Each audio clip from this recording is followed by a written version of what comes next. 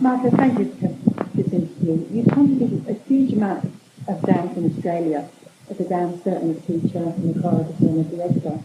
So where do you get all this passion from?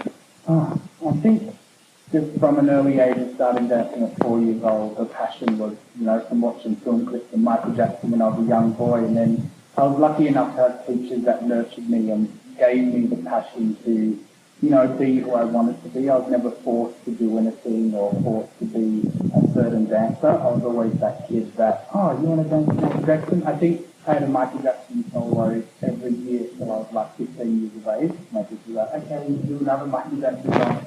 So I think the passion was early started because my teachers allowed me to do and be a passionate dancer. So there's a lot of credit to the people who taught me, and also then growing up I always surrounded myself with people who pushed me and motivated me and made me, think ahead and think in different ways. So I'm a true believer of, you are what you surround yourself with. So I find anytime I feel like I'm losing the passion, I can't do it anymore, I quickly, go to my friends and I get inspiration from them, and I, make new friends that will push me and continue to make me passionate. So that's definitely what makes me passionate as a dancer.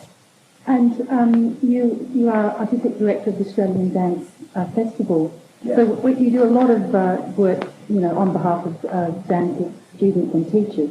So what are the things that what's on your list when you organise that dance festival? I think the main thing with the Australian Dance Festival is that, you want kids to come and be inspired. So finding the right teachers that will motivate the kids, it's not necessarily about, they're going to make them the greatest dancers because it's only an hour workshop. You have to think what teachers are really going to, produce fun and inspiration in that hour that anyone and everyone can come together and dance. So I think it's finding the right combination of, the discipline teachers to the fun teachers to the contemporary to the hip-hop and having a good balance of everything. So, organising it is a lot of stress because you're like, oh my God, there's so many contemporary teachers, so many. So when we fine-tune and that, it basically comes down to, at that point in time, who are the passionate choreographers out there that are going to get up on that stage and give everything to the students. So that's definitely high on the list when, organising ADF.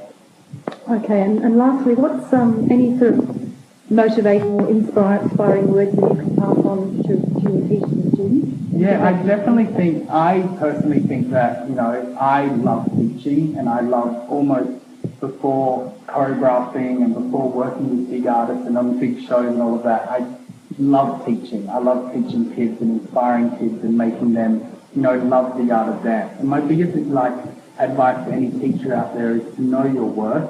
It is such an honour to be a teacher that, sometimes we forget on our day-to-day basis. We rock up and we're like, another class, another dance class, but we're ultimately changing someone's life.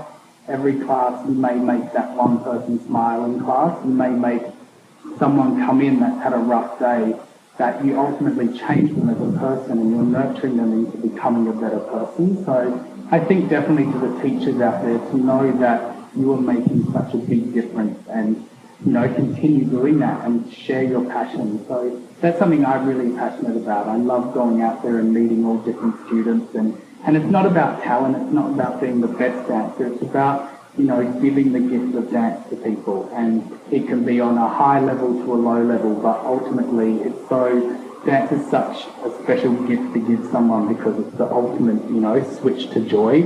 It makes anyone listen to music and ultimately be happy. And that's something that's incredible in this world. Many people don't get that opportunity. So as a teacher, now and then just pat yourself on the back and remember why you do it, because what you're doing is amazing. Thank you, Michael. Thank you for your time. Thank you.